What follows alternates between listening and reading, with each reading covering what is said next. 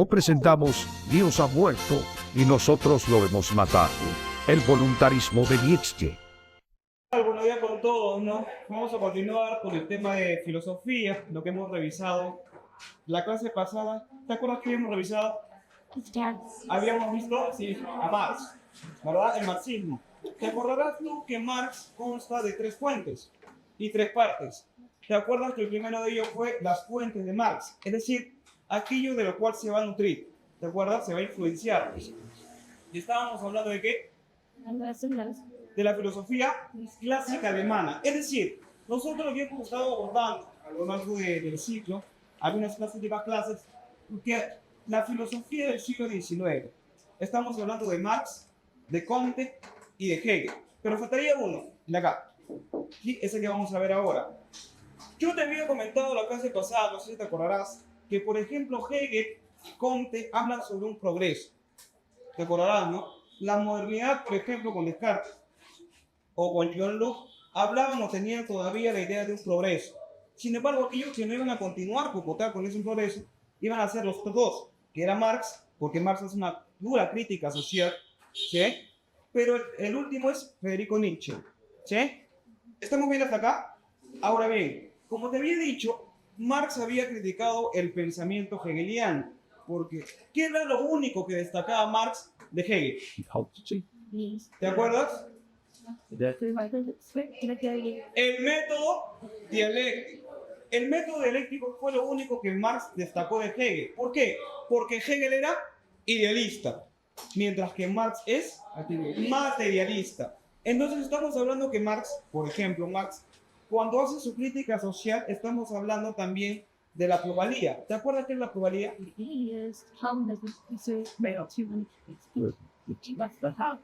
¿Te acuerdas qué era la plusvalía?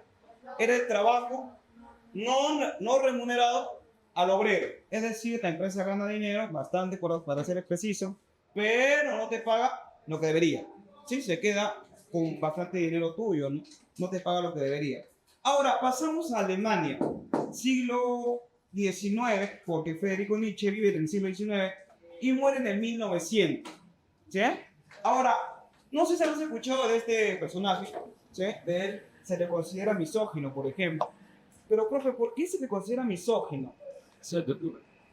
Simple. Hubo dos ocasiones, en que lo rechazaron, ¿no? Lo rechazaron. O sea, propuso matrimonio, suponte, ¿no? Te propongo matrimonio así. Y la flaca le dijo, no. Después volvió, ¿no? Insistente como tú. No, pues insistente. Y agarró de una, ¿no? Tampoco le dijo, sí. Oh. No quiero. Y más, como tenía su bigote, era bigotón, no quería. ¿Qué pasaba entonces? Sí. Esto bastante le afectó. Entonces, en los últimos días de su vida se dice que acabó en un manicomio. ¿Sí? Pero bueno, vamos a explicarte incluso el pensamiento de Federico Nietzsche. Mira, obras más clásicas, célebres, importantes de Nietzsche. ¿Listo? El Anticristo, qué título tan pacífico, ¿no? Bonito, ¿no? Bonito, ¿no? Poco polémico, ¿no? Poco polémico. Otro, el más clásico, ¿ah? Preguntó San Marcos, por ejemplo. Así habló Zaratustra, se llama su clásico libro, ¿no? Así habló Zaratustra. Otro gran libro de Nietzsche, La Gaia Ciencia, por ejemplo. El origen de la tragedia, entre otros tantos. Ezio Homo, por ejemplo, y el Anticristo, claro está, ¿no? El Anticristo. Veamos. Friedrich Nietzsche parte del amor a la vida. Es decir, lo que dice Nietzsche o el pensamiento nietzscheano va a partir del amor por esta vida. Recuerda tú, cuando nosotros hablamos de Platón, no sé si te acordarás, Platón en ontología, ¿qué hablaba? ¿Te acuerdas? ¿De los dos mundos o de las dos realidades? El mundo de las ideas y el mundo sensible. ¿Te acordarás tú, no? ¿Te acordarás tú? Ahora, recuerda que lo importante para Platón, ¿dónde estaba? ¿Qué era lo importante para Platón en el hombre? ¿Te acuerdas cómo estaba compuesto el hombre para Platón? En el cuerpo y el alma. ¿De acuerdo, sí o no? Ahora, el cuerpo, ¿cuál de los dos importaba para Platón? El alma, porque te acuerdas que el cuerpo es la cárcel del alma, decía Platón. ¿Sí? Eso es es lo que va a llevar a la crítica social de Nietzsche. ¿Por qué? No sé si han leído Apología a Sócrates. En Apología a Sócrates se cuenta el juicio que atraviesa Sócrates. No sé si te acordarás que Sócrates, por ejemplo, lo sentencian. ¿Te acuerdas? Sentencian a muerte a Sócrates. Lo sentencian a beber una planta venenosa llamada cicuta. Cuando Sócrates lo bebe, ¿sabe? Se muere, ¿no? Obviamente se muere, ¿ya? Pero hay un problema. En Apología a Sócrates, cuando Sócrates ya había sido sentenciado y bebía la cicuta, Sócrates estaba por agonizar. Estaba agonizando realmente, no estaba así, esperando, como dice la pelona, ¿sí? Esperándola. Pero ¿qué pasó? Hay un diálogo que es lo que le va a importar muchísimo de acá. Uno nada más. Una pequeña frase que dice Sócrates le dice a Critón, uno de sus hijos. Le dice así, y lo cito. Le dice Sócrates, dos puntos, dice así. Critón, vocativo, Critón, le debemos un gallo a Asclepio, dice así. ¿A qué se refiere? Yo te voy a dar un dato para que lo puedas entender. Cuando se hablaba de Asclepio en la antigüedad, se estaba refiriendo a que cuando tú le hacías una, ¿cómo se le llama esto? Una ofrenda, era porque tú le estabas agradeciendo debido a que te va a ir bien o el porvenir. ¿Sí? Es decir, por ejemplo, no supone que tú por fin ingresas, ¿no? Por fin logras ingresar a la universidad. Y tú le dices, mamá, le debemos un gallo a Asclepio. ¿Qué quiere decir? Que estás agradeciendo por el buen porvenir, ¿sí? Por lo mejor que te va a pasar, pues. ¿Sí? Ahora yo te pregunto, ¿por qué eso le afecta a Nietzsche? Porque Sócrates dice, Critón, le debemos un gallo a Asclepio. Interpreta. Ya te di un ejemplo, ¿no? ¿Por qué a Nietzsche le llega, le arde digamos, ese pensamiento, esa sentencia? ¿Cómo?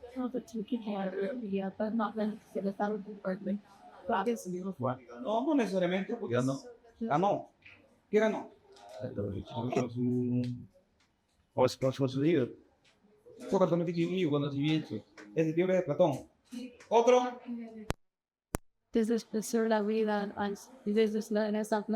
Exacto. O sea, si te das cuenta, Sócrates acababa de beber la cicuta, estaba por morir, ¿sí? Y aún así dijo, Critón, le debemos un gallo a Asclepio. Es decir, Sócrates está diciendo que es mejor morir. ¿Te das cuenta? O sea, lo que él está diciendo básicamente que lo que después de él va a venir es mejor. ¿Por qué? Porque va a morir. Eso le llega a Nietzsche porque ya te dije, Federico Nietzsche parte del amor a la vida, ¿sí? De esta vida, no de la vida de que habla, por ejemplo, Platón, ni tampoco la vida que habla un cristiano. Eso te acordarán. Clásico, ¿cómo dice? Venimos a esta vida a sufrir, a pagar los pecados que ninguno de nosotros cometió. Por ejemplo, ¿no? Es lo que dicen. Y si te das cuenta, acá venimos a sufrir porque si nos comportamos bien acá, honramos bien a Dios, cumplimos cada uno de las pautas, procedimientos que nos han dado, nosotros vamos a llegar al paraíso. Como dicen, ¿no? Sentarnos por ahí con Diosito. Ya bacán, suena bonito, cada quien puede creer lo que quiera, ¿no? El problema está en que la mayoría de gente desprecia esta vida. ¿Qué pasaría si yo, por ejemplo, te digo que esta vida es la única que tienes? Que no existe otra vida o vida después de la muerte. ¿Qué pasaría? Y que solamente tienes aproximadamente, según la vida del peruano, unos 80 años, de los cuales ya has vivido en promedio unos 15, 16 o 17. ¿Qué pasaría, no? Eso es lo que dice Nietzsche. Nietzsche dice que con ese pensamiento platónico, que después va a ser el neoplatonismo, que va a influenciar bastante en el cristianismo, dice Nietzsche que eso ha influenciado mucho en que la gente ahora desprecia esta vida. No le gusta, ya no la quiere, no le interesa. Es lo que dice, ¿no? No yo, lo dice Nietzsche. Ya, lo dice yo no, me llega. Pero bueno, acá está, y es clásico, como te digo, critica a Sócrates y a Platón justamente porque en base a este pensamiento, sí, por medio de este pensamiento, es que la gente ahora, o mejor dicho, esto va a repercutir bastante en el pensamiento occidental, ¿sí? Muchísimo.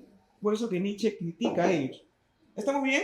Sí. Si te das cuenta, como parte del amor a la vida, además de un voluntarismo, se le llama también a su corriente vitalismo, es decir, de la vida, pues parte del amor a la vida, ¿sí? El amor desmesurado que tiene por esta vida. ¿Estamos bien hasta aquí? ¿Sí? Así, entonces, Nietzsche va a sentenciar una de las frases más polémicas de la historia de la filosofía, porque ha sido bastante tergiversado. Dice así Nietzsche, tranquilito, ¿no?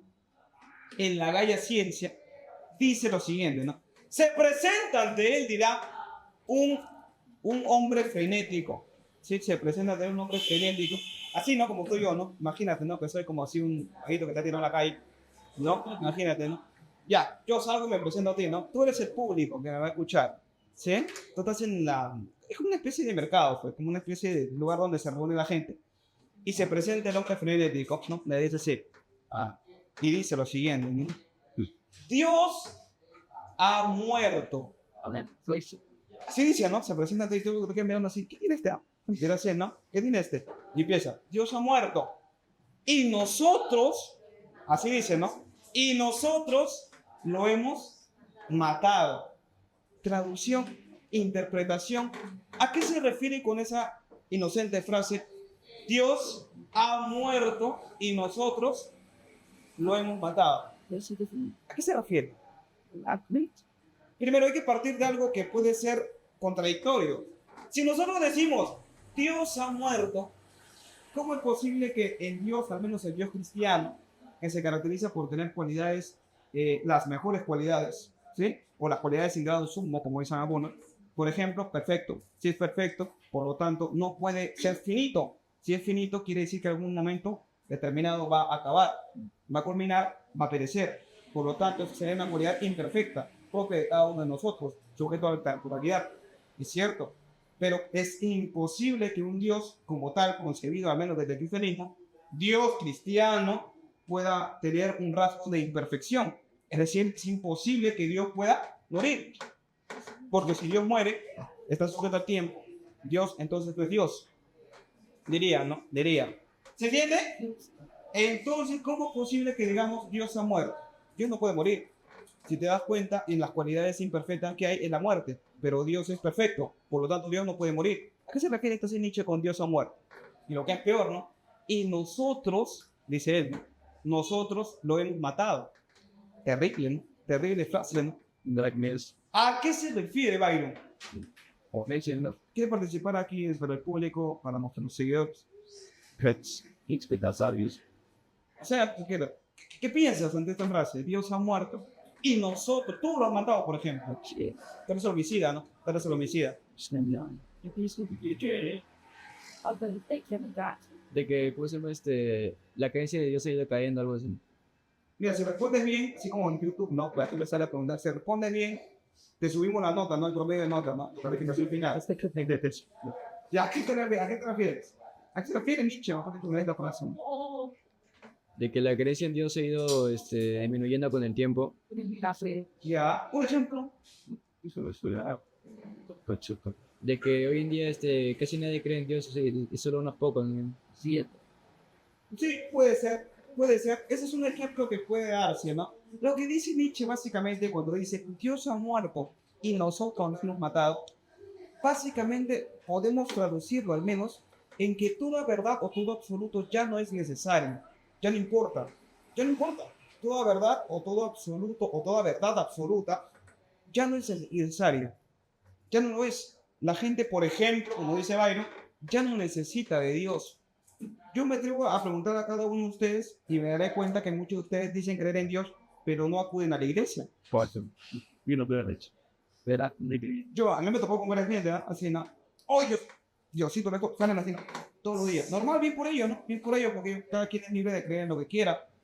Pero no cumple con las normas o los parámetros establecidos por el cristianismo, por ejemplo, o el catolicismo, siquiera, ¿no? Eso es. Es decir, para Nietzsche, por ejemplo, una verdad absoluta es la religión. Ya la gente no necesita de Dios.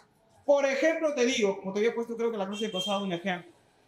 Si tú algún día caes preso, ¿sí? Por ejemplo, ojalá no, ojalá que todos se casen ingresantes, no, ojalá que todos se casen ingresantes. Pero digamos, ¿no? Oye, de repente tu profe que está grabando cae preso, suponte lo más, suponte. Al final de cuentas tú te das cuenta, o eres consciente, aquel que haya sufrido, que está sufriendo siendo golpeado por la vida, que te das cuenta, por ejemplo, si caes preso, en que O sea, más que un Dios, el que te va a ayudar en esos momentos duros, no va a ser Dios, eso es también. va a ser los que están o los que te rodean, o mejor dicho, los que te quieren, pues. O acaso cuando, por ejemplo, estás en la cárcel, si es que están en la cárcel la gente, de frente, no te lo agarran así, ¡guau! Te cae un rayo y lo parten a la mitad que la de eso. No. ¿De dónde saca el dinero? El rego. Que después se lo quitan, pero ¿de dónde lo sacan? De su familia, pues. Su familia va, la mamá, ¿no? La mamá va, lo apoya. ¿Sí? Ahí está, ¿no? Clásica, ¿no? Ahí está, pues. Si, por ejemplo, no ingresas, de repente tú lo tomas así muy a ligera, ¿no? Pues hay gente que, por ejemplo, ingresa 3, 4, 5 veces, que ya duele, ¿no? Ahí de tu familia, pues, tú ya no te... ¿O acaso la que ahí me está pagando Dios, acá arriba? No. Dice Nietzsche que la gente ya no necesita de Dios. La gente ya no le interesa el cristianismo. No importa, pues. La gente simplemente es cristiano de boca. Es lo que dicen, ¿no? Actualmente es así. Actualmente es así, ¿no? De boca para afuera, ¿no? Por ejemplo, te había explicado. Llegada la guerra contra Chile, no sé si te acordarás, ¿no? Está un pensador peruano llamado Manuel González Prada. Él critica a los militares, políticos y religiosos. Vamos a centrarnos en los religiosos. ¿Sí? ¿Por qué critica a los religiosos? ¿Por qué? Porque aquellos creyentes, aquellos representantes de la iglesia, en el momento paraban diciendo, ¿no? Amor al prójimo. Yo amo de manera desmedida al prójimo. Ama a tu prójimo, como dice, como a ti mismo, ¿no? Como a ti mismo, ahí está, ¿no? Yo lo amo, ¿no? Hay que velar por el prójimo. Pero llegó la guerra, cerraron la iglesia, ¿no? No salían. Ahí está, ¿no? Ahí está la gente, ¿no? Acá, ¿me entendiste? Pero no solamente cae la religión, sino cae toda verdad absoluta. Pero vamos a centrarnos en la religión porque es digamos, el ejemplo más clásico que pone Nietzsche. Lo siguiente, mira. Ante la muerte de Dios se presenta un sentimiento de nihilismo, dice él. ¿Qué es el nihilismo? Lo siguiente, mira. Como muere Dios, Dios ha muerto, con él caen todos los valores. Todos los valores. Todas las normas cristianas, todo el pensamiento cristiano cae, todo. Suponte, ¿no? Imagínate que tú quieres ir, no sé, de repente vas a viajar, de repente viajas, o sales todos los días, te persinas cuando sales, o con la bendición de Dios, porque tu mamá de repente te dice, hijo, porque las calles están terribles. No, las calles están terribles, no. Por ejemplo, ¿no? Entonces, a lo que me refiero aquí es, si no existe Dios, si ya no está Dios, Dios ha caído junto con todos sus valores, normas, principios. Si Dios ha caído, ¿qué podemos hacer ahora? Profe, o sea, dicho lo que estoy diciendo, es que como ya cayeron los valores, o sea, yo salgo ahorita y vandalizo toda la calle. No, no necesariamente. O profe, ama a mi prójimo como a mí mismo, ya, pero yo me voy a creer superior. Profe, yo voy a ser nuevo Hitler. Dirá así, ¿no? ¿Sí? No.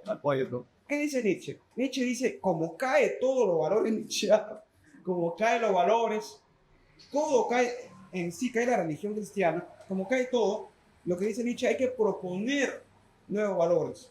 ¿Sí? Entonces, ¿cómo es el nihilismo? El nihilismo es que cuando cae Dios, la gente ya no sabe a dónde ir. Porque siempre decía, ¿no? Yo lo hago todo gracias a un plan divino.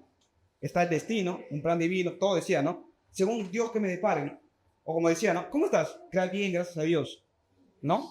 Oye, ¿cómo te va a ir? Ojalá que me vaya bien, por Diosito, ¿no? Que me vaya bien, ¿no? Ahí empiezan. Pero si ya cae Dios, ya no hay un objetivo, pues. Ya no hay un camino, no hay un dónde ir. Como dice Nietzsche, es como si el sol se hubiese apagado, como si el mar se hubiese vaciado. Ya no hay a dónde ir. ¿Para qué hacer esto o esto o esto si no existe Dios? Ya no existen los valores. Ese es el nihilismo. Dice Nietzsche, que en su libro lo define así. Se presenta como una suerte de sentimiento que te sube y que te asfixia. Es como una suerte de hastío. Así es un sentimiento de hastío. Pues sí. De verdad, así dice, ¿no? Ese sentimiento de hastío que dice Nietzsche es el nihilismo. No sabes a dónde ir, pues no hay nada. Es como si hubiesen tapado el sol, si hubiese desaparecido el sol, como si la columna de un edificio se hubiese desaparecido. Ya no hay a dónde ir. Y ahí es donde Nietzsche dice, ¿no? Entonces, ¿qué proponemos? Una transvaloración o transmutación de los valores. Cambiar los valores cristianos por unos nuevos, unos que no sean como esclavos. Es lo que dice, ¿no? Por ejemplo, no sé si habrá visto esa que dice, ¿no? Que dice lo siguiente, ¿no? Si me golpean, ¿cómo es? Si me golpean acá, pongo la otra, ¿no? Así, ¿no? Si me golpean, ahí está, ¿no? O ya, lo que dice Nietzsche básicamente es, tú puedes ser un buen ciudadano, una buena persona, pero sin necesidad de la religión. Sí. ¿Acaso tú, por ejemplo, has visto a alguien de repente en la calle que necesita dinero y tú le das sin necesidad de que, por ejemplo, hay un plan divino, de repente necesita, tómalo? No es por ganarte un pedazo, sino que lo necesitas.